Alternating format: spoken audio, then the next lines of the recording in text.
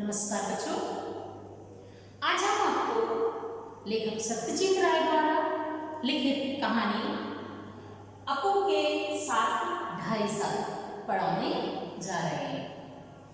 इस कहानी का सारांश इस प्रकार है। लेखक की पाथेर पांचाली फिल्म 2.5 वर्ष में पूरी हुई। उस समय लेखक एक विज्ञापन कंपनी में कार्य करते थे। नौकरी के काम से जब फुर्सत मिलती तब वे शूटिंग करते थे। उस समय लेखक के पास पर्याप्त पैसे नहीं थे। पैसे खत्म होने के पश्चात शूटिंग स्थगित कर दी जाती थी। शूटिंग के लिए कलाकारों की खोज अनिवार्य थी। विशेषकर अपू की भूमिका निभाने के लिए 6 वर्ष का लड़का नहीं मिल रहा था। अखबार में विज्ञापन देने के बाद कई लड़के इंटरव्यू के लिए आते थे। एक बार तो एक पिता अपनी बेटी के बाल कटवाकर उसे लड़का बनाकर ले आए। जब लेखक अपू की भूमिका निभाने के लिए 6 वर्ष का लड़का नहीं ढूंढ पाए तो अचानक उनकी पत्नी ने उनका ध्यान पड़ोस में रहने वाले लड़के की तरफ दिलाया। अंत में सुबीर बनर्जी ने भी पाथेर पांचाली में अपू की भूमिका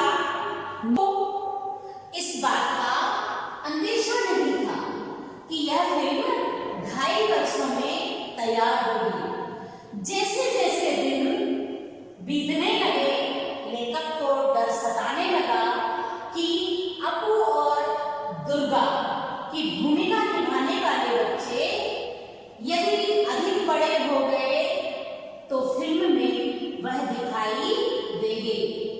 शूटिंग की शुरुआत में ही एक गड़बड़ हो गई।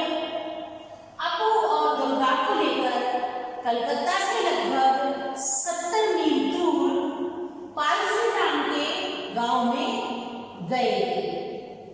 वहां रेल लाइन के पास काशफूलों का एक बहुत बड़ा मैदान था।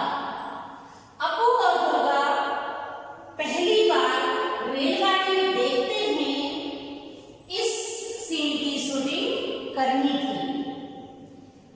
इस सीन में 2 दिन लग सकते थे, ऐसा अनुमान था। सुबह से शाम तक आधा भाग चित्रित किया गया, यानी आधा भाग फिल्म का फिल्मा लिया गया। बाकी सीन बाद में चित्रित करने का निर्णय लेकर सब घर वापस लौट आए। 7 दिनों के बाद शूटिंग के लिए उस जगह गए तो वह जगह पहचान में नहीं आ रही थी, क्योंकि जानवरों ने सारे काशफूल खा डाले थे। वहां जानवर घुसते थे और उन्होंने पूरे मैदान को साफ कर दिया था। उस सीन के बाकी अंश की शूटिंग अगले वर्ष शरद ऋतु में, जब वह मैदान फिर काशफूलों से भर गया, तब हुई। उसी समय रेलगाड़ियों के भी शॉट्स लिए गए। एक के बाद एक 3 रेलगाड़ियों को शूटिंग के लिए उपयोग किया गया। उनका प्रयोग किया गया क्योंकि रेलगाड़ियों के सही सीन नहीं आ रहे। रेलगाड़ी स्टेशन से निकलते समय अनिल बाबू इंजन ड्राइवर की केबिन में चढ़ते थे, क्योंकि गाड़ी की शूटिंग की जगह के पास आते ही बॉयलर में कोयला डालना जरूरी था ताकि काला धुआं निकले। सफेद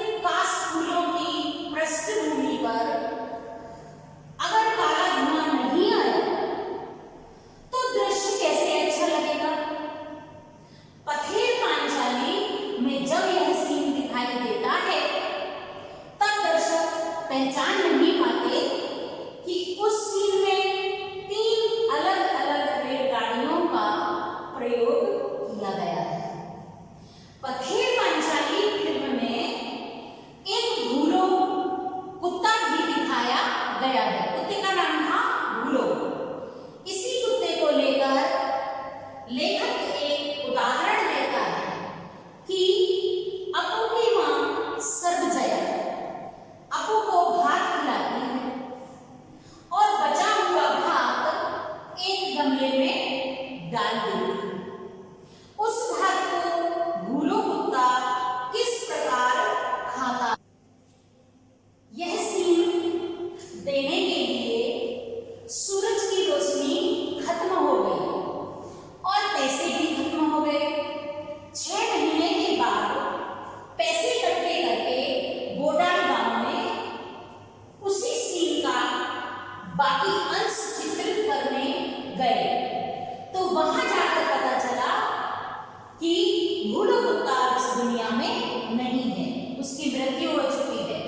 भूलो से मिलता जुलता दूसरा कुत्ता खोजा गया, उसे प्रशिक्षित करके भात खिलाते हुए सीन लिया गया। उस दृश्य की शूटिंग पूरी हुई। फिल्म देखते समय यह बात किसी के भी ध्यान में नहीं आई कि एक ही सीन में 2 अलग-अलग कुत्तों का इस्तेमाल किया गया है। सिर्फ कुत्ता ही नहीं, आदमी के संदर्भ में भी ऐसी ही समस्या पथेर पांचाली फिल्म में आई। ऐसी समस्या से लेखक को गुजरना पड़ा। इस फिल्म के दौरान लेखक को आर्थिक अभाव से भी गुजरना पड़ा।